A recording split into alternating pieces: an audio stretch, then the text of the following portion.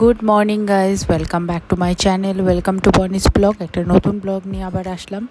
আজকে সকাল সকাল অনেকদিন পর একটু পাস্তা খেতে ইচ্ছা করলো, তাই পাস্তা মশলাটা করাই থাকে আমার, তো সেইটা দিয়ে একটু পাস্তা করব ভেবেছি।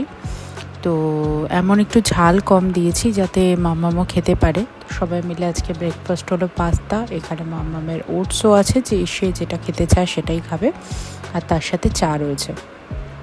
তো আজকের ব্লগটা শুরু হচ্ছে এইখান থেকে, প্রথম থেকে শেষ অবধি দেখুন, আশা করি ভালো লাগবে।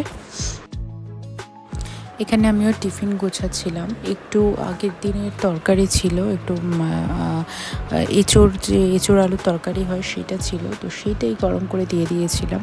ফ্রিজে থাকলে তো জিনিস ভালোই থাকে, আগের দিনে করা ছিল ভেজ, আর এখানে রুটি ছিল, ওটাই আমি দিয়ে দিয়েছিলাম টিফিনের মধ্যে। আর সেরম হলে ও যদি মিষ্টি খুব একটা খেতে চায় না, মিষ্টি ছিল হয়তো দিতাম, মিষ্টি খুব একটা খেতে চায় না বলে দিলাম না। আর এদিকে মাম্মামের অবস্থা হচ্ছে এই অবস্থা করে রেখেছে সারা ঘর জুড়ে। তো কোনোভাবে ক্লিন করে আমি চলে এসেছিলাম আবার কিচেনটা পরিষ্কার করতে হবে। মানে সারা সকাল ধরে যা রান্নাবান্না হয় তার খুব খারাপ অবস্থা কিচেনের হয়ে থাকে, যেমন বাসন থেকে শুরু করে কিচেন পরিষ্কার থেকে শুরু করে সব কিছু পড়ে থাকে।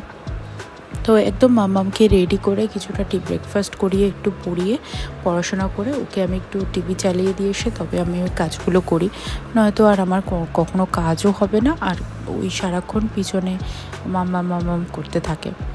তো যাই হোক, ও একটু টিভি চালিয়ে দিলে একটু চুপচাপ বসে বসে দেখে, ওর কাজ কমপ্লিট করেই টিভি চালানো হয়। তাও যতটা অ্যাভয়েড করা যায় টিভিটা আমি ততটাই চেষ্টা করি, কিন্তু কি করব, নিজের কাজগুলো করার জন্য একলা হাতে সামলাতে কখনো তো টিভির হেল্প নিতেই লাগবে। তো সেই কারণে টিভি চালিয়ে দিয়ে আসলেও বসে বসে দেখে।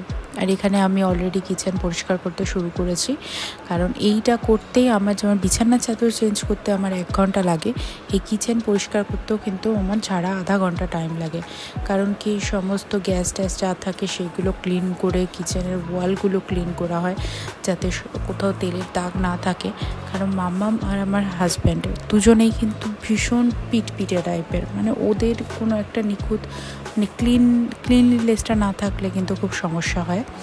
তো এটাই হচ্ছে সবচেয়ে বড় ব্যাপার।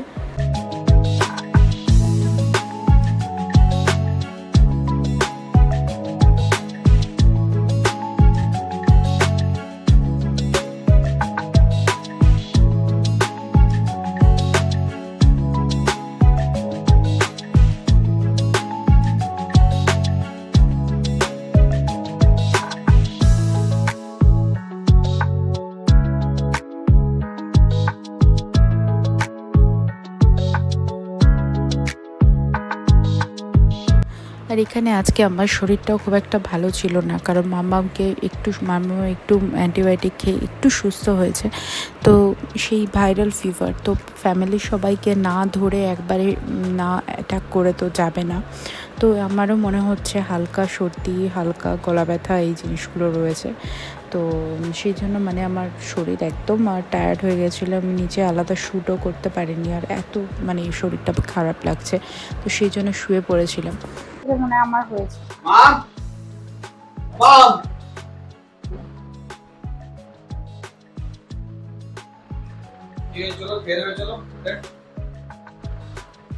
খেতে ইচ্ছা করছে না, খেতে তো হবে। তো যাই হোক, এই ছিল আজকে ব্লগ। দেখা হচ্ছে আবার কালকে। সবাই ভালো থাকবেন, ধন্যবাদ।